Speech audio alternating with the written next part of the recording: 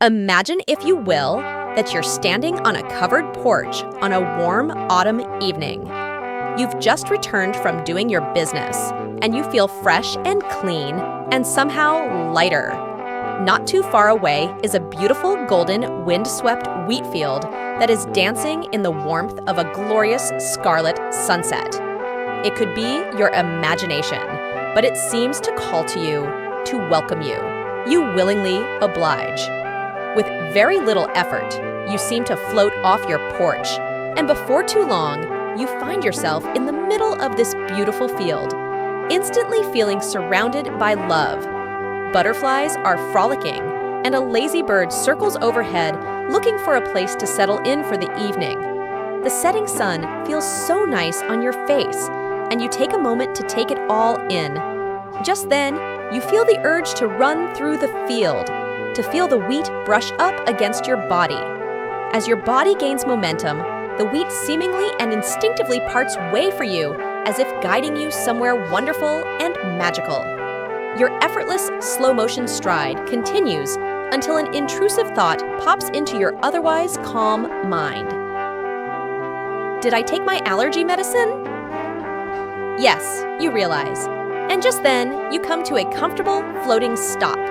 You find yourself high atop a bluff, overlooking a majestic ocean. Looking to your left and see a lazy staircase that leads you to the beach below, and before you know it, you find your feet sinking into the warm sand of the beach.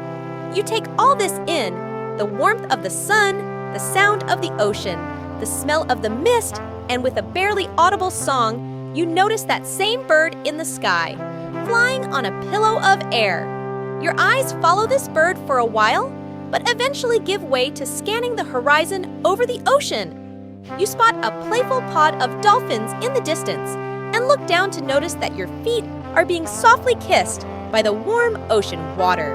A light scent of burning wood draws your attention over your left shoulder as your eyes fall onto what seems to be a small bonfire up on a dune.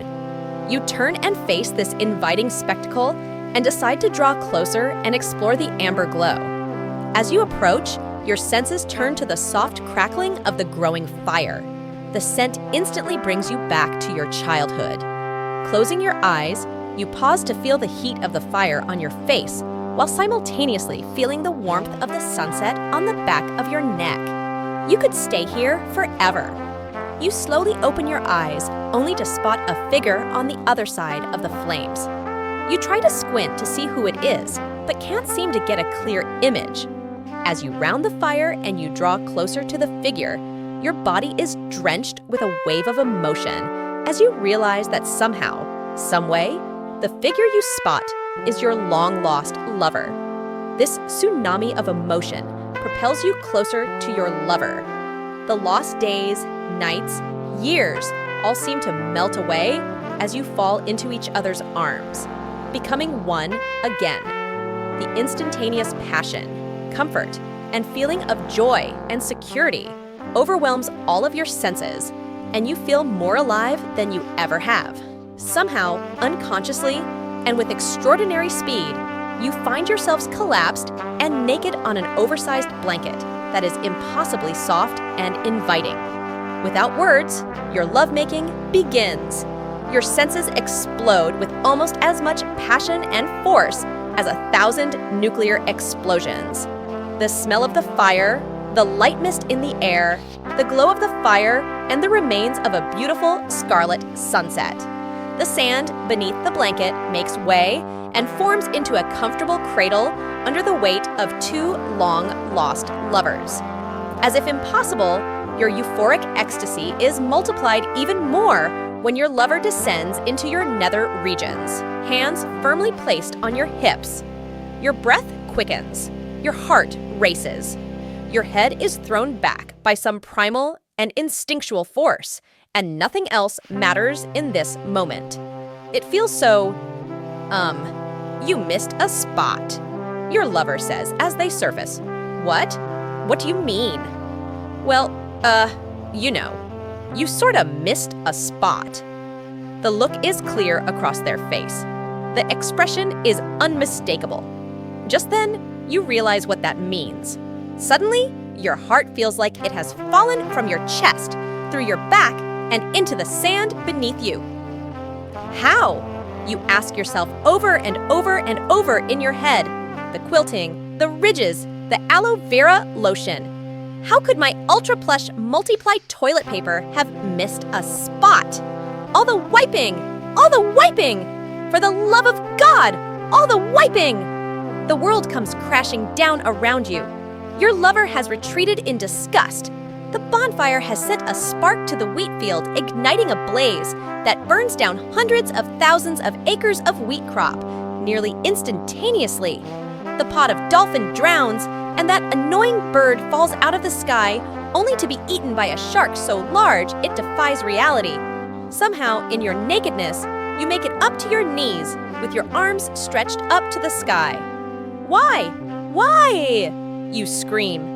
But instead of an explication by some omnipotent God, the sky opens up to reveal a torrential downpour. Lightning strikes your retreating lover. The bonfire extinguishes. It's too late for the wheat field, and you find yourself cold and in the dark with an army of giant, hungry, mutant crabs closing in on you. Your screaming could be heard from miles away, if there were anyone there to hear it. 2 points. First of all, the only good that came out of this story is that thanks to the fire, the world was rid of a bunch of horrible gluten. Secondly, there would have been an entirely different ending if you had just used the Brondell Swash 1400 luxury bidet toilet seat. Seriously, folks, using toilet paper after doing your business is like trying to get chunky peanut butter out of shag carpet with ripped sandpaper. You just aren't going to get it all.